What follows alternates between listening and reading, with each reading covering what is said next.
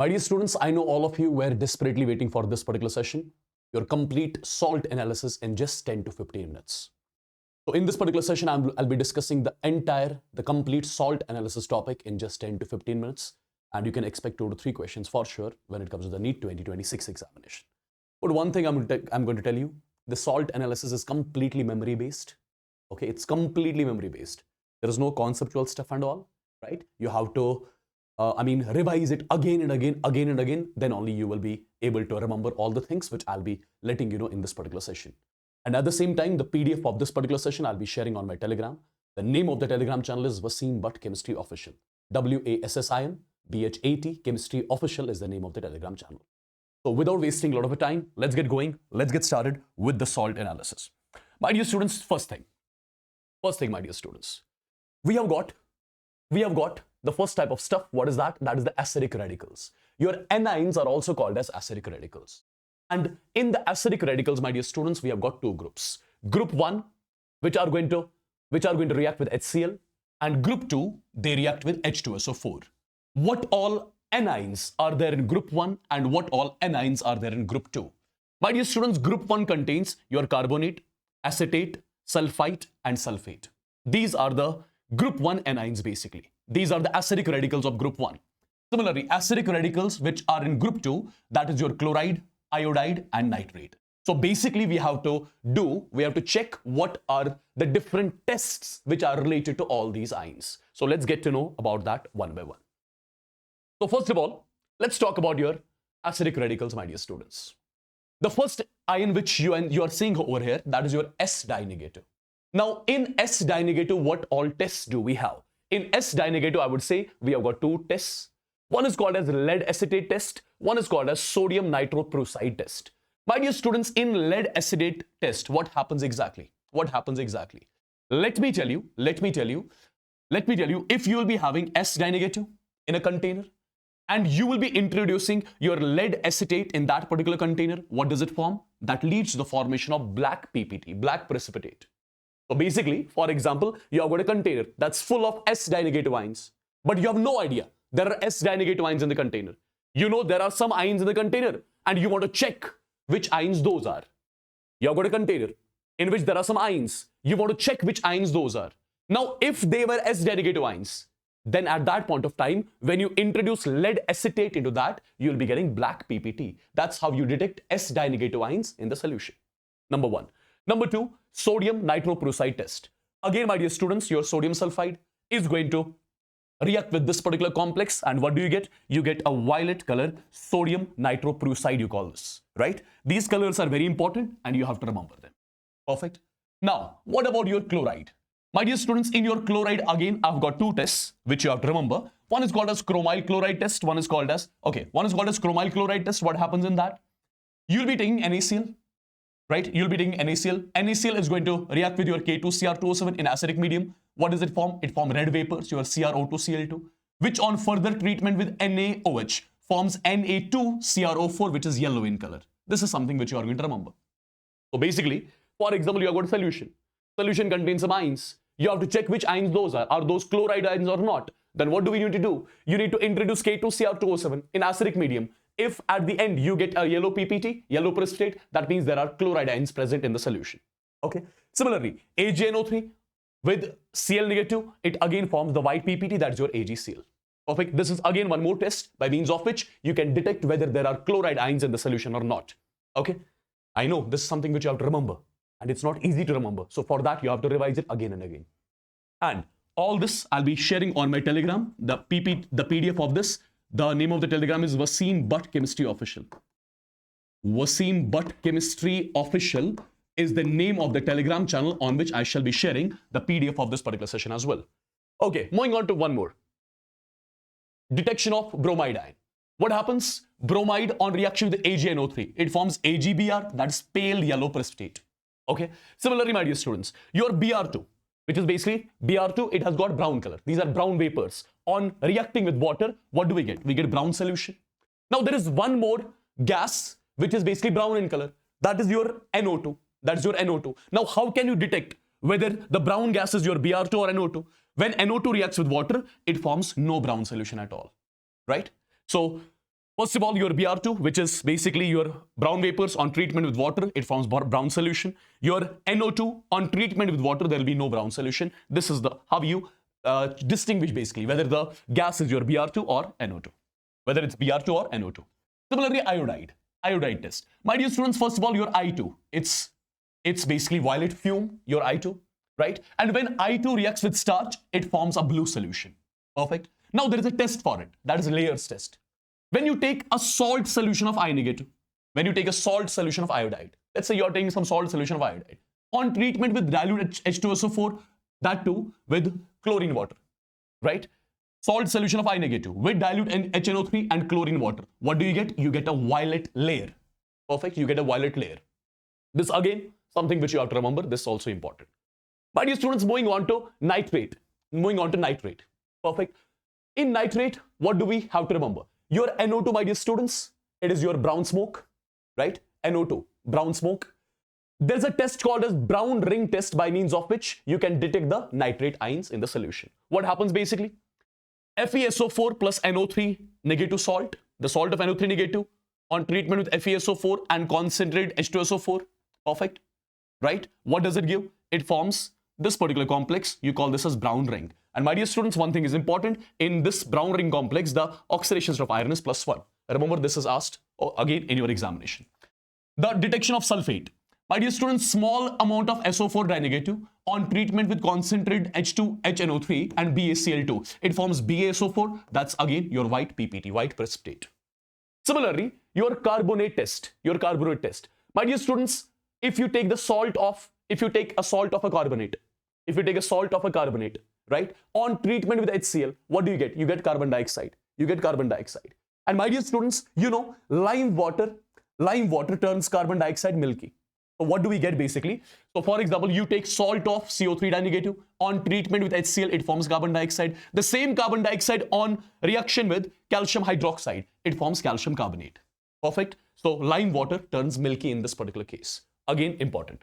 Similarly, your acetate ion. There is the first test for acetate ion, that is your pollen test, right? What happens in this pollen test? My dear students, if you take the salt of this acetate ion if you take a salt of this acetate ion and if you treat it with oxalic acid, you get the smell of vinegar. So by means of which you can detect whether in the salt there were acetate ions or not. If you get the smell of vinegar, that means there were the presence of acetate ions in the solution. Okay.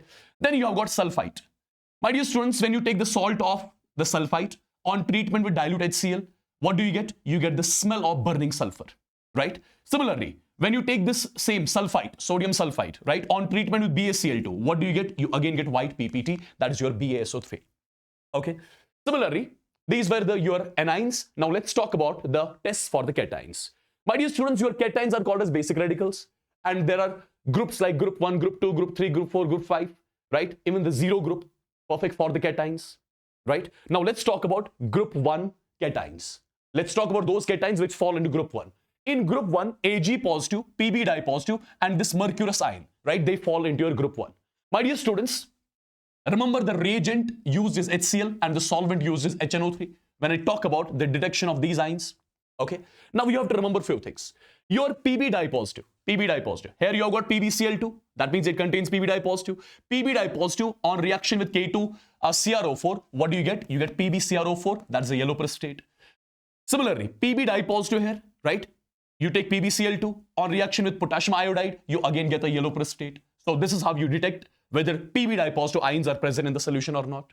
Similarly, Hg2 di positive, your mercurous ion, Hg2Cl2, mercurous chloride, on reaction with NH3, it forms black precipitate. Similarly, Ag positive detection. Ag positive on reaction with I negative, you get a yellow precipitate here in this particular case. Moving ahead, group 2. In your group 2, you have got Hg2 positive, Pb di positive, bismuth tri positive, copper di positive. Reagent used here is H2S, solvent used here is HCl. Now, my dear students, remember Hg di positive. On treatment with SnCl2, it forms white precipitate. That's your Hg2Cl2, mercurous chloride, right? Pb di positive. On reaction with H2SO4, it forms white precipitate. Again, on reaction with CrO4 di negative, it forms yellow precipitate. Perfect. Similarly, the same Pb di positive on reaction with I negative, it again forms the yellow precipitate. These are the colors which are important, and they'll be asked in your examination, my dear students. Similarly, detection of Cu dye positive. Cu dye positive on reaction with on reaction with ammonium hydroxide, you get a dark blue complex. This is your dark blue complex. This is a famous complex which you study in your coordination chemistry, CuNH34 dye positive. Similarly, this is also important. Cu dye positive plus K4FeCN6, right? What do you get here? You get chocolate or red brown color. You get a red brown colored complex here, right? When Cu dye positive is treated with your K4FeCN6. Perfect. This is also important. Take a note of it. Now, similarly, your bismuth tripositive. This again belongs to your group 2 category only, right? This BiCl3 on treatment with water, it again gives you white precipitate. My dear students, your group 3. Group 3 contains these 3 cations, and the reagents uses NH4OH plus NH4Cl. Solvent uses dilute HCl. Now, first of all, these are the hydroxides.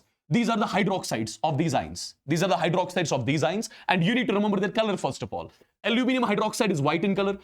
This FeOH whole thrice is red in color, and this is green in color. Now, what happens? What happens? Detection of Al tripositive. Suppose you have got AlOH whole thrice. You have got aluminum hydroxide, right? Which is amphoteric in nature. On treatment with NaOH, right? So this NaOH is going to behave like a base. If this is behaving like a base, so this is going to behave like an acid. So what do you get? You get NaAlO2, which is soluble, right? It's not a precipitate. Cr tripositive. You get the hydroxide of this chromium, right? On treatment with bromine water and BaCl2, what do you get? You get BaCrO4, barium chromate, which is yellow color. Similarly, Fe tripositive detection. Fe tripositive on reaction with your potassium thiocyanate, it gets a complex that is blood red. It is a blood red complex. Your FeSCN thrice. This is also important. Remember this particular thing as well. Now, similarly, my dear students, your group 4 contains these ions: cobalt dye positive, nickel dye positive, manganese dye positive, zinc dye positive. The reagents used are H2S and solvent uses NH3. Now, my dear students, Ni dye positive. On treatment with your DMG, what does it form? It forms a red colored complex. I know it's very hard to remember, but you have to remember this. Similarly, cobalt dye positive, right? Finally, it forms what? Ammonium cobalt thiocyanate on reaction with NH4CNS. Okay.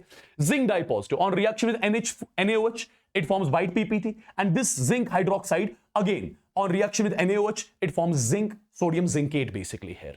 Similarly, Mn dye positive on reaction with your sodium hydroxide, what does it form? It forms MnOH2 twice, which is basically pink precipitate. Then on further heating, it forms MnO2, which is your brown black colored thing. This is your brown black colored substance which you get at the end, by means of which you detect whether in the solution there are Mn dye positive ions or not. Similarly, my dear students, group 5.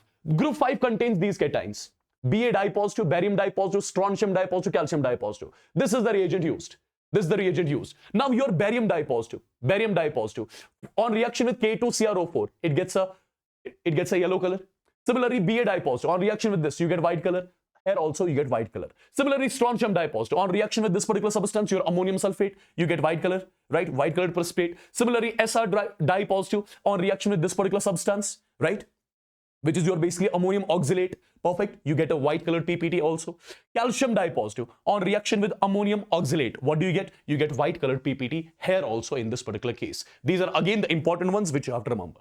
Similarly, my dear students, there is group 0 as well. In group 0, there is NH4 positive ion and Mg dye positive ion. Now, Mg dye positive, on reaction with this particular substance and NH4OH, what do you get? You get a white PPT here.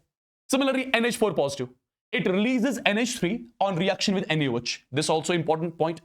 NH3 on reaction with HCl, what do you get? NH4Cl. All of you know, white fumes, right?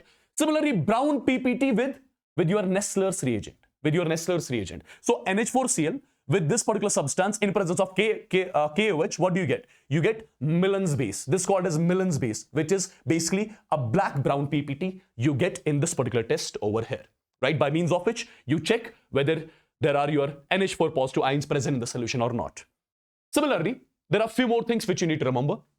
That is the color of cations. Your nickel dye positive, copper dye positive has got blue or bluish green color. Fe tripositive has got brown color. Cobalt dye positive, pink violet, right? Similarly, your Fe dye positive, it has got your light green color. Ni dye positive, green color. Mn dye positive, light pink color. Similarly, my dear students, when I talk about the solubility, this is the last slide over here. When I talk about the solubility, these are few pointers which are mentioned, and anything can be asked out of these pointers. My dear students, all the halides are soluble. All the halides are soluble except the halides of silver, except copper, except mercury, except your lead. Right? All the halides are soluble except these. Similarly, all nitrates are soluble, no exception. All nitrites are soluble except AgNO2. Right? Similarly, all sulfates except silver, strontium, barium, lead, mercury, calcium, tin. They are soluble except these. Perfect. Similarly, all acetates are soluble except silver and mercury. Right? And what all do we have? The insoluble salts. Insoluble salts are the carbonates, oxalates, S negative, SO3 negative, except alkyl and your ferrous oxalate, which are basically soluble. Perfect. My dear students, this is just your salt analysis, which you have to remember. I know there is no concept at all. Perfect. It is very difficult to remember this, but questions will be asked from these 13 slides, which I've used over here. From these 13 slides, 2 to 3 questions for sure will be asked, right? So I'll be sending the PDF of this session in my Telegram.